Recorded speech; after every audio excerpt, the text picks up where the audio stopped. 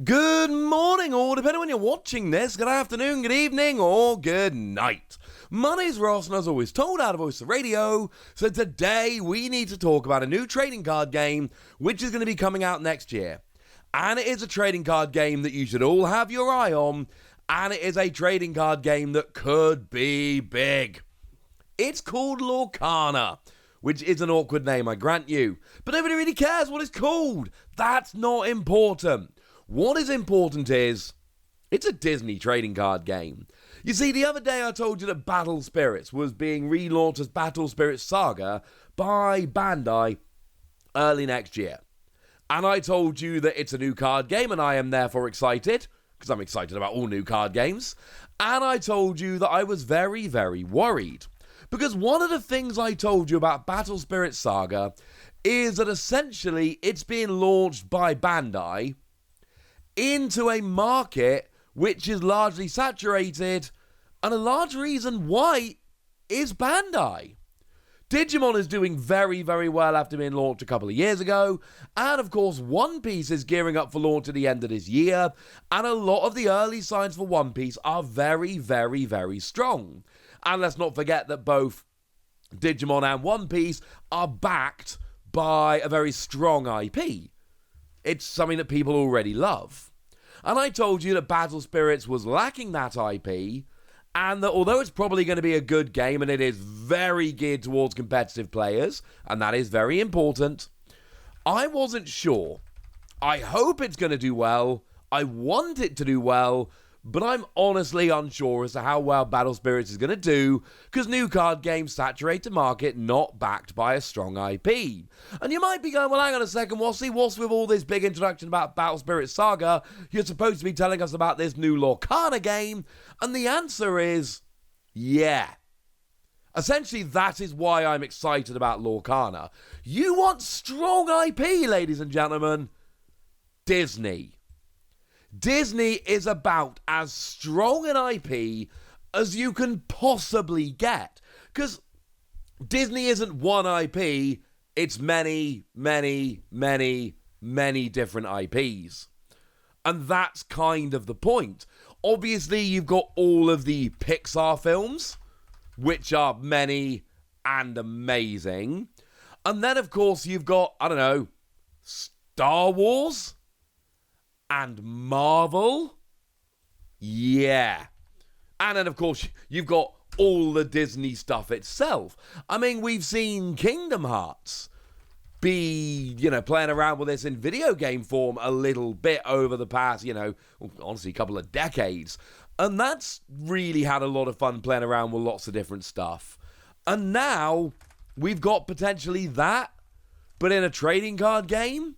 And I would imagine we've got a slightly wider scope here in a TCG than we're going to have in a video game for various boring reasons. I could be wrong about that, but that's what I'm thinking here. I mean, I told you a while ago that Weiss Schwarz over in Japan, but only in Japan, and it hasn't come anywhere else, I'm assuming it's not going to at this stage, launched the Marvel set, which was amazing. I did a couple openings on this channel. And it was awesome. And I loved it.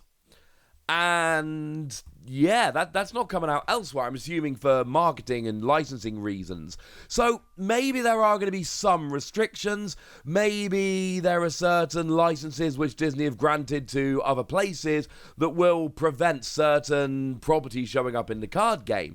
Classic example of this is how Marvel can't make Fantastic Four movies because they sold the rights to Fox, or at least for a long time they couldn't, because they sold the rights to Fox. So even though Marvel owns the Fantastic Four, and obviously Disney own Marvel, because Fox had the Fantastic Four film license, Marvel couldn't actually make Fantastic Four movies. I'm hoping the last one was so bad that Marvel take it back. My point is, what we've got here is just so much potential for properties and just something for everybody. Like, this is the kind of game where Star Wars and Marvel are going to come in, and I'm going to be absolutely proper job over the top excited because I love Star Wars and Marvel. But then by the same time, they're going to put Encanto in, and my kids at the moment are in a proper proper Encanto mood. Like, they are big into Encanto right now. As a side note, if anyone out there hasn't watched Encanto, find an excuse to go and watch Encanto, because it's brilliant. Seriously, huge fan of Encanto in this house. And that's what excites me about this card game, because it could go basically anywhere. Now, obviously, what Disney could do, is just have a whole new card game based on nothing, just a whole new IP. But that's not what's exciting about a Disney card game.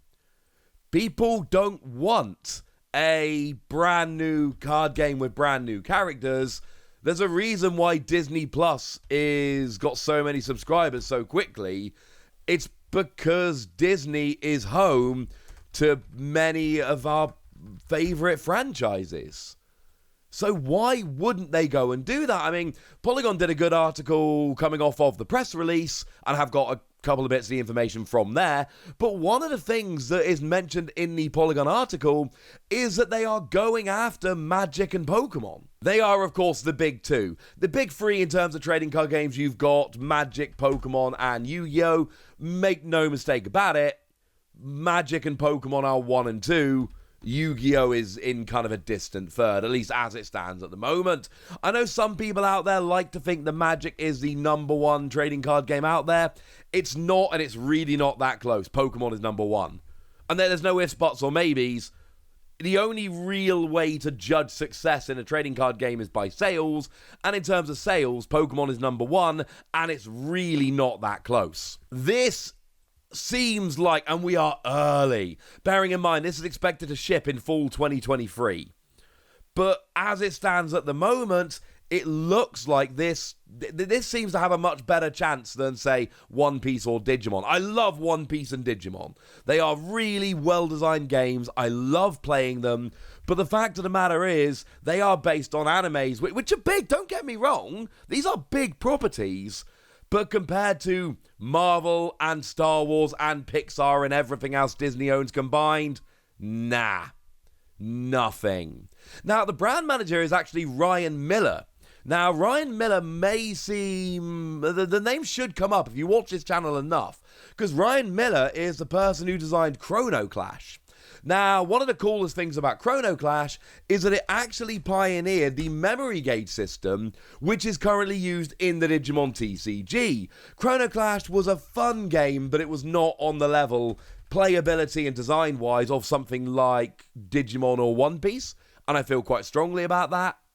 However, it had some good ideas. Best among them was the memory gauge. And that came into Digimon. It's one of the best things about Digimon. And I've covered Chrono Clash on here. Interesting to note, of course, that Chrono Clash did deal with some licensed properties. Godzilla was my favorite of them. That was the one I did some card reveals for. So, it's not like The Strangers. Just putting that one out there. So maybe we've got the game in pretty good hands here. You know, there is a quote from the press release. The basic idea is there's this place called the Great Illuminary. It is a treasury of all the Disney songs and stories ever made, all the characters, and it's where they're kind of recorded. The players take on this role of an Illumineer, this powerful sorcerer that has the ability to bring these characters to life off the page. Yeah, basically, the whole point of this is that they are making it as a play with your favorite Disney characters, which has got to be the right decision. Let's be perfectly clear. It's got to be the right decision. So, yeah. This is fantastic. I refuse to believe there's like anyone watching this video that doesn't have characters and franchises and stories, etc. that they love from Disney. And now they're all coming together in one card game. And the thing is, the other question you've got to ask is, how seriously is this being taken? Because if we look at games like Digimon and One Piece, as I've shown on this channel a lot, they were treated crazy seriously. Bandai are really going for it, and they are seeing like a success. Whereas if you take something like the Transformers trading card game, I loved that game. Don't get me wrong, but Wizards of the Coast, I don't think it's unfair to say, never went all in with that game. if you want some examples, it didn't have organized play from the beginning, and it never really got a full suite of organized play. The card images were reused. Most of the card images from the battle cards were reused art from the comics, and in the first set, most of the character cards had their art taken from an old mobile game. So I don't think it's unfair to say that Transformers for Wizards of the Coast was never an all-in kind of game. They went in kind of tepidly, it didn't catch, and they jumped back out again. And certainly if you compare what Bandai have done with Digimon and One Piece to what Wizards of the Coast did with Transformers, it's just a gaping chasm in terms of how hard Bandai are trying to really make the game catch with promo cards and all kinds of events and tournaments and releases, etc. And Wizards' softly approach, which I'm not saying was wrong, but I am saying didn't work. And there were certainly reasons to do that at the beginning. It doesn't seem like we're seeing the softly approach with Lorcana. Firstly, they are starting the hype train early, and if you're starting the hype train early, you know that they are taking it crazy seriously. But it's being made by Ravensburg, and their North American CEO and global head of games, Philip Frank, is on record as saying the largest potential that Ravensburger has ever gone after. Sorry, probably the largest potential. The largest investment that we have ever done into any type of project and initiative. We know that as you enter the TCG market that you're inviting the players for a many-year journey. This effort is a multi-year series. That sounds pretty relevant. Now, it is worth pointing out that Ryan Miller has actually said that they're not going after a competitive level the same as Magic. I wouldn't say that we're cooperative in any sense. It's definitely a strategy card game. But I would say that we've pulled back the confrontation level because we feel that that will appeal to a lot more folks. So we do need to be a little bit careful here. It's not going to be as competitive as Magic. But then again, Pokemon is not as competitive as Magic. And Pokemon has a thriving competitive scene. That is one of the big questions, I think, coming out of this. Exactly how competitive and how serious they're taking that side of it. But I do think there are a lot of things to, be excited about. Of course, let's not forget that D23, the Disney Expo, is happening in Anaheim from September the 9th. So, yeah. I think it's a fair bet, and Polygon does seem to think that this is going to happen, that we are going to see the first card reveals at that event. So, obviously, you don't need me to tell you, right? I'm going to be here when those cards are revealed. I am going to be here to show you them and talk about them and tell you everything I can glean. Honestly, this is a point where if I had unlimited money, I would be going to D23 to try and cover this in person. Unfortunately, fair to say that the jetting off to California is not necessarily that. It's not realistic yet. But I don't know, ladies and gentlemen, maybe one day. So that's what Lorcana is, and that's why I'm excited. And I am very excited, and I really think you should be excited too. This seems to be a card game with ridiculous potential when you consider all the things that Disney owns, that Disney is taking very seriously, and they're the two things we're looking for, right? We are looking for huge potential. And between Disney and having Ryan Miller involved, you've got the potential. And you're looking for it to be taken seriously. And from everything we've seen, it really looks like they're going to. Oh yeah, and this is super hyper nerdy of me, but this is a thing that really got me excited. Because there's another quote coming from the North American head of games, Cassidy Werner. You know those little paint chip things that people have sometimes when they're painting their house? Yeah, well, they've got one of those from a manufacturer of different foil treatments of cards. Holographic with an ink spill or with a star. Yeah.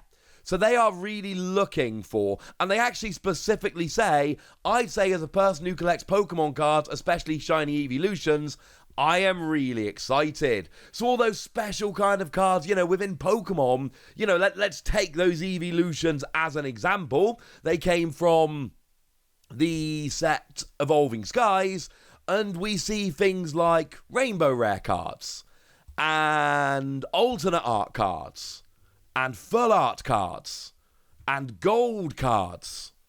Yeah. There's a lot of different types of cool Pokemon cards, so if we're talking about having those kind of weird cards coming in as well, you can colour me very excited indeed. But now, ladies and gentlemen, it's over to you guys. How excited are you for this? How successful do you think it's going to be? Let me know all of this in the comment section. Get us! Be nice. And then make sure you like this video, subscribe to this channel, follow me on Twitter at @TheWasi. That's where we talk about a whole bunch of card games, including now apparently Lorcana. And seriously, if this game is as good as it could be, we are going to be covering it heavily on this channel. And please do consider checking out patreon.com/PTCG Radio, where you can support the channel, get some bonus podcasts and all kinds of fun things. But by far the most important thing as always, look after yourselves till next time, would ya? Thank you very much for watching. My name's Ross, and you've been watching Wasi Plays.